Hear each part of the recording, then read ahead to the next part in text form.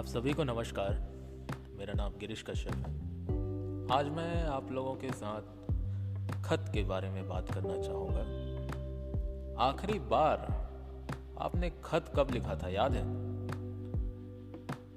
मैं नवोदय विद्यालय से हूँ और अगर आप नवोदयन हैं तो कह सकता हूँ कि शायद 6वीं 7वीं में अपने घर के पते पर लिखा होगा और आज भी माँ ने उन खतों को संभाल कर अलमारी में रखा होगा। उनको पढ़कर आज भी खुशी मिलती है।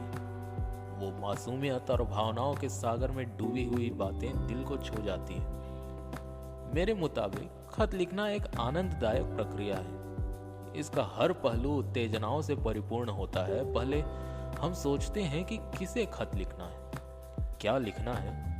मन ही मन भूमिका बांधते चले जाते हैं। अपनी वर्तमान स्थिति से अवगत कराना चाहते हैं, उनकी स्थिति का अंदाजा लगाते हुए हालचाल पूछते हैं। यह थोड़ा सा औपचारिक भी हो जाता है। सोच समझकर शब्दों का चुनाव करते हैं। लिखते वक्त पूरे समय उनके बारे में सोचते हैं। वो सारी बातें लिखते हैं जो शायद सामने न कह सकें।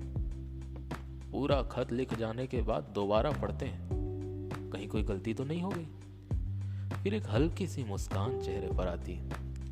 लाल डिब्बे में खत डालते वक्त तरह तरह के विचार मन में आते रहते हैं। पता तो ठीक से लिखा है ना, खत पहुंच तो जाएगा ना। फिर जवाब का इंतजार रहता है और इस इंतजार में भी काफी आनंद होता है। दूसरी ओर जिसे खत मिलता है उसकी खुशी बयान ना करके महसूस की जाने वाली होती है।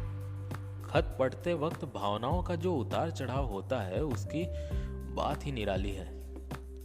अब लगता है ये सब कहीं खो गया है। बढ़ती तकनीक ने लोगों को करीब तो लाया, पर वो आनंद जो खत में था ना, वो अब लुप्त हो गया है। व्हाट्सएप, फेसबुक, इंस्टाग्राम ने बातचीत की गति तो बढ़ा दी, पर अब लोग लिखने से पहले ज्यादा सोचते नहीं हैं। खत लिखने का जो मजा था वो फोन पर बात करने में नहीं रह गया है।